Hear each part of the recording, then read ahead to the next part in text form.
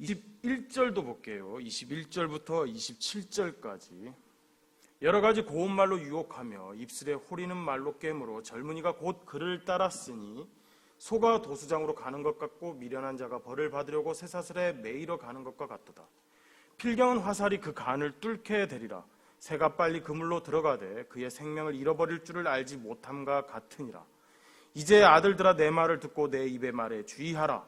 내 마음이 음녀의 길로 치우치지 말며 그 길에 미혹되지 말지어다. 대저 그가 많은 사람을 상하여 엎드러지게 하였나니 그에게 죽은 자가 허다하니라. 그의 집은 수월의 길이라 사망의 방으로 내려가느니라. 아멘. 오늘 말씀은 7장 전체 내용을 감안하고 들으시기를 바랍니다. 너무 길어서 제가 초반부와 끝에 부분만 읽었는데 중간에는 이 젊은이를 깨는 음녀가 있습니다. 그 사례를 들고 나온 내용이 있죠. 오늘 말씀은 이 솔로몬의 잠언서 전체에서 특별히 젊은이들에게 주는 15개의 교훈의 말씀 중 13번째에 해당하는 교훈이며 동시에 지혜자가 반드시 경계해야 할 일들, 잠언서가 6개의 사례를 제시했는데 그 중에 마지막 6번째 사례로서 음행에 절대 미혹되지 말아야 할 이유에 대해서 이 어리석은 젊은이를 예시로 주며 교훈을 주고 있습니다. 그런데 이 솔로몬의 잠언서가 참으로 의아하게도 이상하게도 이 성적인 문제를 다루는 음행의 경계에 대해서의 언급이 이 잠언서가 제시한 지혜자가 꼭 경계해야 할 사례 6가지 중에서 5절과 6절에 쓰여진 첫 번째 사례 그리고 5번째 사례와 매우 유사성을 가지고 있으며 이 심지어는 이렇게 봤을 때는 잠언서가 제시한 지혜자가 경계해야 할 사례 6가지 중에 절반에 해당하는 3가지가 이 음란과 성적 문제에 관한 경계 교훈임을 우리가 알 수가 있습니다. 또 잠언서를 전체적으로 가만히 읽어보면 오늘 본문의 내용과 너무나도 유사한 표현을 사용한 2장과 6장의 내용을 우리가 쉽게 찾아볼 수가 있는데 이 내용은 젊은이들에게 주는 교훈 15가지 중 8번째, 12번째, 13번째에 해당하는 교훈과 또 유사한 내용입니다. 그러니까 젊은이들에게 주는 교훈도 3가지나 성적 타락에 대한 경계의 교훈인 거죠. 그리고 오늘 내용의 도입부인 7장 1절부터 5절의 내용을 보면 솔로몬은 계속적인 명령형 동사를 사용하여 이 성적 타락과 음란한 경계를 끊임없이 강조하며 잠언서가 제시한 훈계를 명심하고 지혜를 추구할 것을 강력하게 촉구하고 있는데 아니 얼마나 이 음녀와의 행운과 간음, 이 성적 타락이 무서우면 솔로몬은 이 정도로 강력하게 그것도 반복적으로 적어놨을까 하는 의문이 들 정도입니다. 의문이. 그러니까 젊은이들에게 주는 교훈 15가지 중에 3가지가 음녀와 성적 타락, 그리고 지혜자에게 주는 경계 조건 6가지 중에 3가지가 성적 타락에 관한 내용. 솔로몬은 오늘 말씀 5절에서 말한 음녀와 이방 여자의 정체는 무엇인가 우리가 따지고 보면 그것은 오늘 말씀과 똑같은 단어를 사용한 잠언 2장 16절과 17절을 보면 우리가 알 수가 있는데 잠언 2장 16절 17절 지혜가 또 너를 음녀에게서 말로 호리는 이방 계집에게서 구원하리니 그는 젊은 시절에 짝을 버리며 그의 하나님의 언약을 잃어버린 자라. 이 잠언 2장 16절과 17절에 나오는 말씀이죠. 그러니까 음녀와 이방 여자는 전문적으로 일을 하는 창녀도 아니고 결혼을 아직 안 한 처녀가 아니라 젊은 시절에 짝이 있는 엄연히 남편도 있고 가정도 있는 유부녀이며 또한 하나님과의 언약을 잊어버린 하나님께 불순종하는 믿음 없는 자를 일컫는 말입니다. 그러니까 솔로몬의 눈에 이 음녀와 이방 여자는 하나님도 없고 남편도 안중에 없는 악녀인 거죠. 악녀. 이처럼 솔로몬의 잠언서가 거듭하여 이들 음녀와 이방 여자와의 성적인 유혹에 대하여 이렇게 강력하게 경고하는 내용을 주는 것은 혈기왕성한 젊은이들에게 있어서 이 성적인 유혹은 가장 극복하기 어려운 문제일 뿐만 아니라 그로 인한 범죄는 가장 쉽게 저지를 수 있는 본능에 가까운 미혹이고 죄악이기 때문이라고 여러 신학자들의 주석은 그렇게 말하는데, 물론 이 말도 맞아요. 이 말도 맞는데 사실 일부 신학자들의 주장과 저는 이러한 음란에 대한 솔로몬의 충고는 솔로몬의 경험에서 우러나온 것이며 또 일부는 음녀에 대한 상징적인 의미가 있다는 게 더 설득력이 있다고 저는 생각을 해요.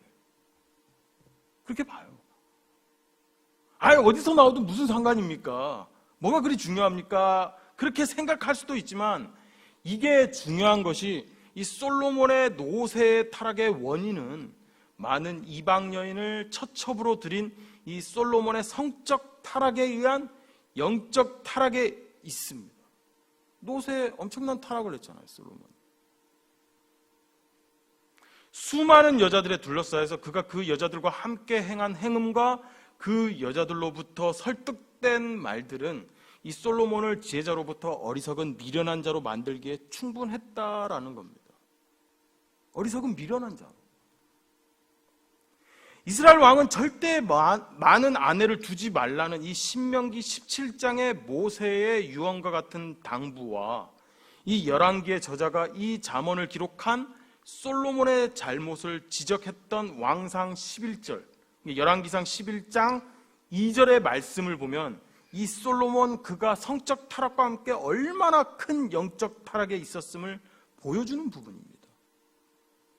열왕기상 11장 2절, 여호와께서 일찍이 이 여러 백성에 대하여 이스라엘 자손에게 말씀하시기를 너희는 그들과 서로 통혼하지 말며 그들도 너희와 서로 통혼하지 말라. 그들이 반드시 너희의 마음을 돌려 그들의 신들을 따르게 하리라 하셨으나 솔로몬이 그들을 사랑하였더라. 얼마나 솔로몬이 타락했으면 이 열왕기 저자가 고발과 같은 이런 말을 적었을까요? 11장 3절, 왕은 후궁이 700명이에요. 첩이 300명이라. 그의 여인들이 왕의 마음을 돌아서게 하였더라. 솔로몬은 이렇게 잠언서를 통해서 지혜자와 젊은이들에게 음란과 행음 그리고 성적 타락을 경계하라고 강력하게 경고한 것은 바로 자신이 겪은 성적 타락으로 인한 영적 타락의 진면목을 겪어봤다라는 겁니다. 성적 타락에 의한 영적 타락. 겪어보니까 모든 걸 잃어버리는 마치 수월에 내려가는 듯한 느낌을 받았거든요, 이 솔로몬. 오늘 말씀 27절에 보면 그와 비슷한 말이죠. 그의 집은 수월의 길이라 사망의 방으로 내려가느니라. 모든 걸 가진 솔로몬이었지만 사실은 모든 걸 잃어버려요. 하나님을 잃어버리면 다 잃는 거죠. 그러니까 솔로몬이 전도서를 썼을 수도 있다라는 게 제 생각이에요. 노세. 오늘 말씀에서 솔로몬은 음료에 치우치는 자는 두 가지 폐역된 결과를 당한다라고 말하고 있습니다. 두 가지 폐역된 결과. 그 폐역된 일이 무엇이냐? 첫째, 음료와의 행음과 성적 타락은 반드시 파멸로 이어진다는 겁니다. 파멸로. 7장 22절, 젊은이가 곧 그를 따랐으니 소가 도수장으로 가는 것 같고 미련한 자가 벌을 받으려고 쇠사슬에 매이러 가는 것과 같도다. 여기서 젊은이가 음녀를 따라서 가는 것은 소를 죽여 고기로 만드는 도살장과 벌을 받기를 기다리는 이 쇠사슬의 매임에 비유하고 있습니다. 이것은 파멸과 망함을 말하는 것으로 결론적으로는 죽음을 상징하는 겁니다. 도살장에 끌려가는 소가 어디로 가는지 소는 모르고 가도 결국 소의 운명은 죽음으로 결론이 나는 것처럼 이 음료의 유혹에 끌려 아무것도 모르고 가는 이 젊은이 또한 결론은 파멸에 빠질 수밖에 없다는 겁니다. 또한 미련한 자가 벌을 받기 위한 이 쇠사슬 매임은 어리석은 청년이 저지른 음행의 죄가 그의 전 인격을 죄악의 굴레에 속박시키며 자신이 누릴 수 있는 모든 자유를 억압받게 된다는 비유이죠. 또 23절, 필경은 화살이 그 간을 뚫게 되리라. 그러니까 음행의 결과는 필경, 극히 필연적으로, 지극히 당연하게 화살이 간을 뚫게 되리라. 여기서 간은 히브리인은 이 상식적으로는 생명의 중심 또는 우리가 생각하는 심장, 또 인격과 마음과 같은 의미가 담겨 있어요. 우린 보통 심장을 쓰잖아요. 근데 이 히브리인들은 간을 중심이라고 생각합니다. 그러니까 간을 뚫는다는 것은 심장, 생명을 관통하는 것과 같고, 이 전인격을 아주 죽여버리는 영적, 육적 사망에 이르게 할 것임을 강조한 내용이죠. 이 같은 내용은 오늘 말씀의 앞장인 6장 하반절에도 잘 나와 있습니다. 6장 22절, 여인과 간음하는 자는 무지한 자라. 이것을 행하는 자는 자기의 영혼을 망하게 하며 상함과 능력을 받고 부끄러움을 씻을 수 없게 되나니, 남편의 투기로 분노하여 원수 갚는 날에 용서하지 아니하고 어떤 보상도 받지 아니하며 많은 선물을 줄지라도 듣지 아니하리라. 남편이 이렇게 나오면 어떻게 하라는 건가요? 죽음으로 갚으라는 얘기죠. 죽음으로. 또한 이러한 음행에 대한 심판적인 결과의 필요성과 당위성은 하나님께서 하나님 자신의 공의와 질서를 세우는 데 있어서도 반드시 필요한 겁니다. 그러니까 심판이 당연한 거죠. 심판이. 두 번째로 이방 여인과의 행음과 성적 타락은 하나님 앞에 엄청난 죄, 그러니까 그냥 남녀 간의 간통, 간음 정도가 아니라 바로 영적 간음의 죄를 짓는 것과 똑같은 결과를 가져온다는 겁니다. 영적 간음과 같은 똑같은 죄. 이것은 본장 5절에 나온 이 음녀와 말로 호리는 이방 여자라는 문장에서 우리가 알 수가 있는데, 여기서 솔로몬이 엄연히 남편이 있는 이 유대인 유부녀를 가지고 음녀와 이방 여자라는 단어를 사용한 의도는 이들이 하는 행동이 이방인들의 그릇된 삶의 면모를 보여주며 마치 이방 출신의 매춘부들이 하는 행음을 하기 때문이죠. 이방 출신의 매춘부들이 하는 행음. 그럼 이 이방 출신 매춘부들이 하는 행음은 어떤 의미가 담겨 있느냐? 이 이방 출신들의 매춘부들은 물론 경제적인 목적으로 매춘을 하기도 하지만 이들 대부분은 그릇된 신앙의 뿌리를 둔 종교적인 목적에 의해서 매춘을 행했습니다. 그릇된 신앙. 고대 근동의 역사를 보면 이들이 섬겼던 이방신, 바알과 아세라 신은 이 다산의 신으로 풍요와 농산물의 생산에 복을 준다고 믿었는데, 이 복을 많이 받기 위해서는 이들이 섬기는 남성신과 여성신들의 관계로 조절된다는 미신적인 생각을 가지고 있었죠. 이 고대 근동의 사람들이. 그런데 이 남성신과 여성신의 관계를 조절하고 촉진시키는 이 미신적 주술적 행동이 있었는데, 이것이 바로 용납할 수 없는 남녀 간의 행음이며 이상하고 비정상적인 음란한 행위들을 종교적 예식으로 미화시킨 겁니다.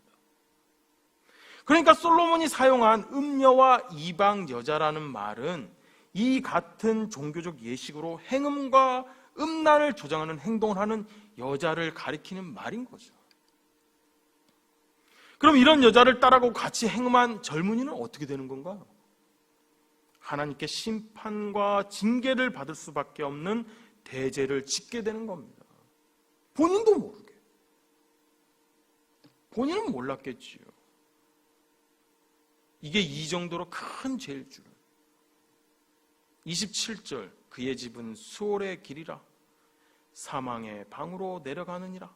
수올과 사망의 방으로 내려간답니다. 음녀와의 행음한 방. 사랑하는 성도 여러분, 음란과 행음이 상징하는 바가 몇 가지 더 있는데 오늘은 여기까지만 하고, 우리는 오늘 말씀에서 명심할 것이 한 가지 있습니다. 한 가지. 그것은 바로 죄에 대해서 둔감하지 말아야 한다는 겁니다. 죄에 대해서 둔감하지 말아야 한다는 겁니다. 여러분, 성적 타락만 영적 타락을 준다고 생각하지 마십시오. 성적 타락과 만만치 않게 우리에게 폐악과 죄악을 하나님 앞에 행하게 만드는 우리의 욕심과 욕망이 얼마나 많습니까? 그것도 영적 타락으로 이어지는 범죄죠. 이게 우리가 알고서도 지을 때가 있지만 알지 못해서 무지해서 짓는 죄도 너무 많다는 겁니다.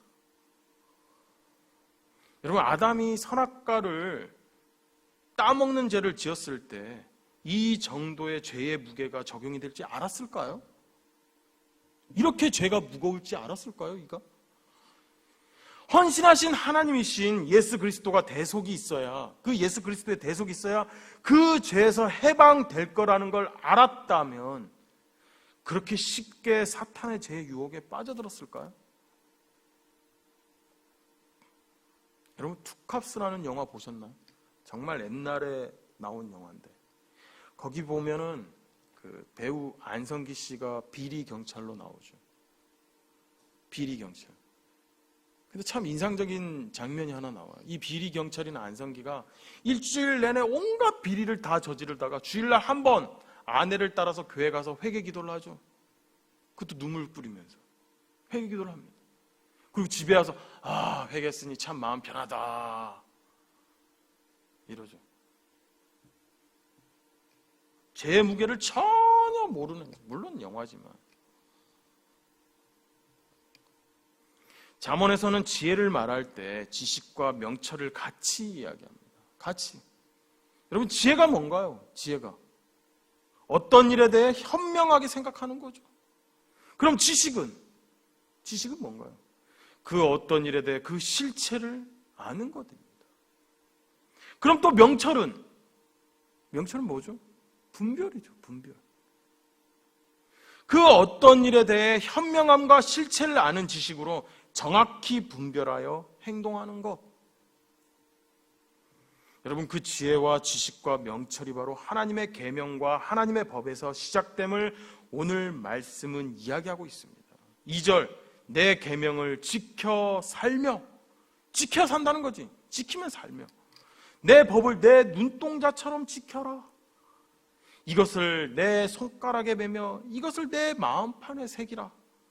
지혜에게 너는 내 누이라 하며 명철에게 너는 내 친족이라 하라. 사랑하는 성도 여러분, 여러분은 얼마나 하나님의 말씀과 가까이 하시고 계십니까?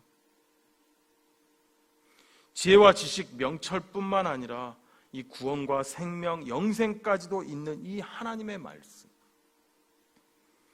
여러분 열심히 읽고 깨닫고 묵상하며 이 죄로부터 지킴을 받고 지혜와 지식과 명철이 영원히 여러분과 함께 하는 우리 성도들이 다 되기를 정말 간절히 바랍니다.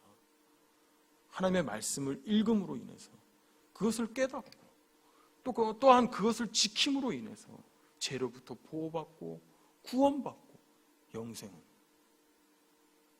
정말 하나님의 은혜죠. 은혜. 우리 성도들 다 그렇게 되는 여러분들 되시길 간절히 소원합니다. 우리 다 같이